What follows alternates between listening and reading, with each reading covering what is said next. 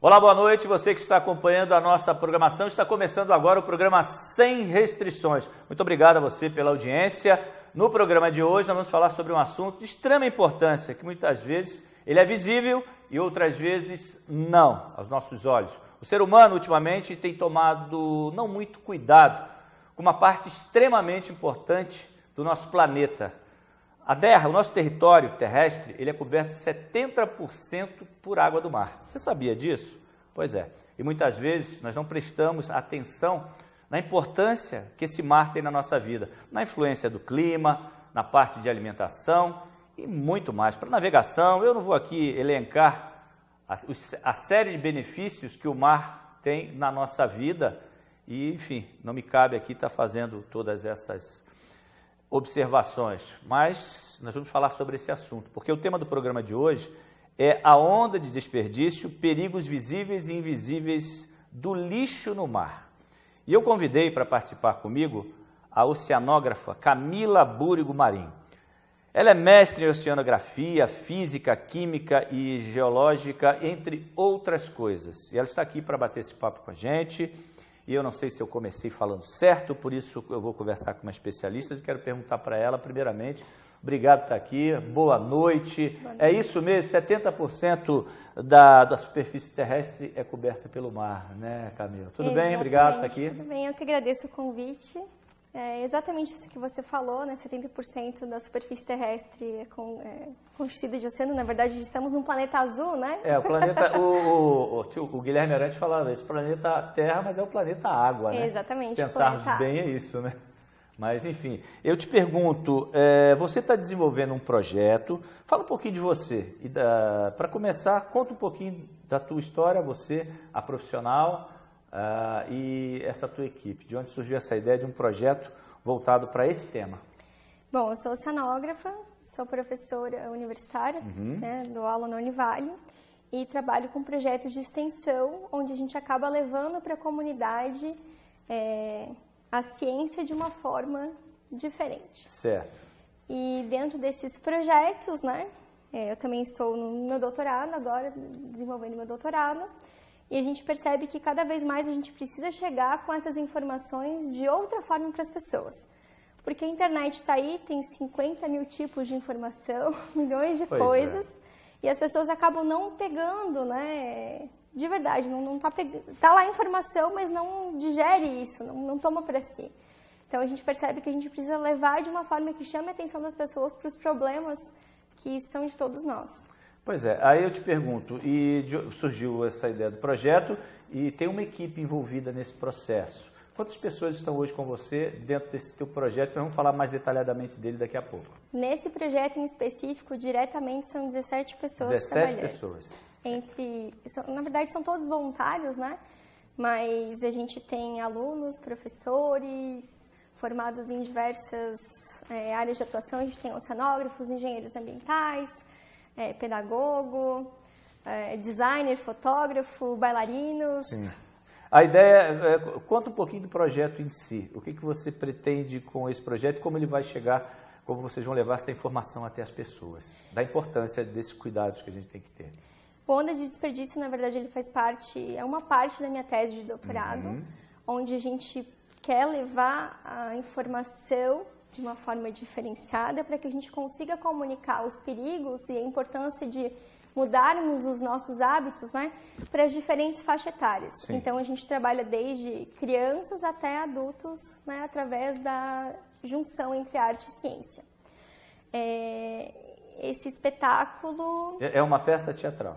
Na verdade, é uma mistura entre dança e informação. É assim que vocês pretendem chegar nas comunidades? É assim que a gente pretende chegar nas pessoas, levando essa informação. Sim. Agora, vamos falar um pouquinho dessa dificuldade que é das pessoas entenderem da grandeza, da importância, né, desse mundão que é o mar na vida de todos nós.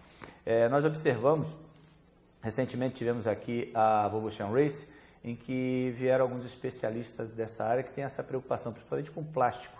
Quando você fala aqui no tema, inclusive o tema do programa que a gente fala, perigos visíveis e invisíveis do lixo do mar, me remete a uma conversa que eu tive com um especialista ligado a uma ONG mundial que cuida disso, que estava participando da Volvo Ocean Race. Eles acompanham a Volvo. E ele me falava do microplástico. É isso? Isso influencia demais no mundo marinho, né? Eu queria que você falasse um pouquinho disso, se tem a ver esse projeto, tem a ver com essa preocupação também. Tem tudo a ver.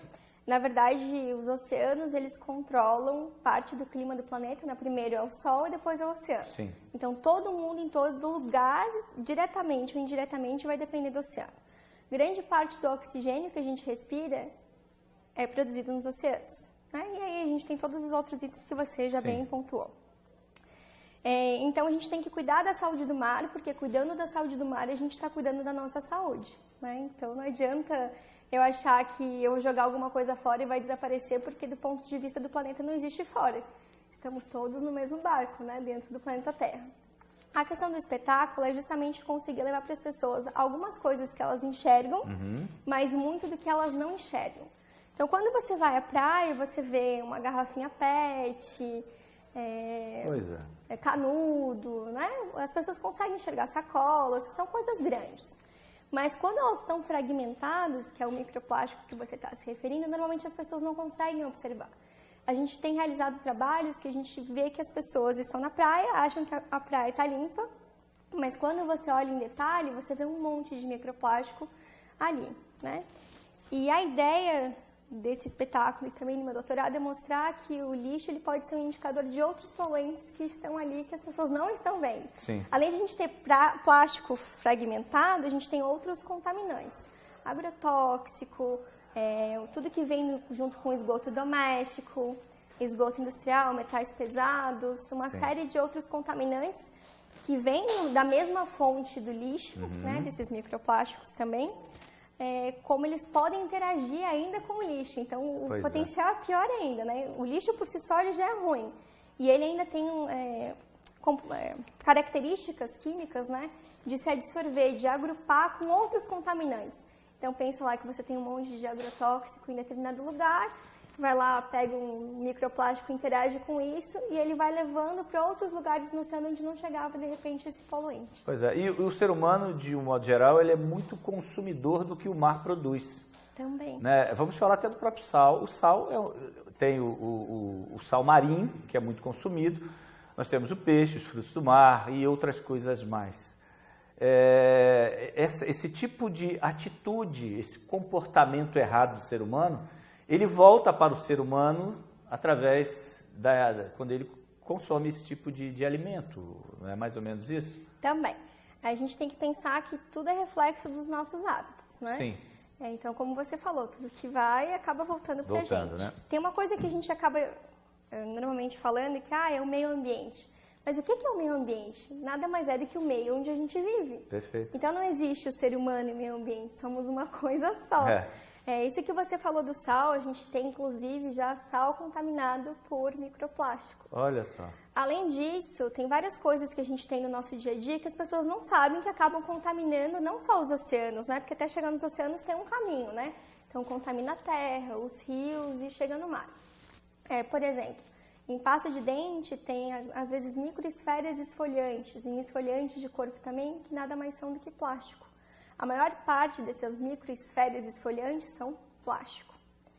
E isso vai para a estação de tratamento de esgoto e nenhuma estação de tratamento de esgoto consegue remover essas partículas que são muito pequenininhas.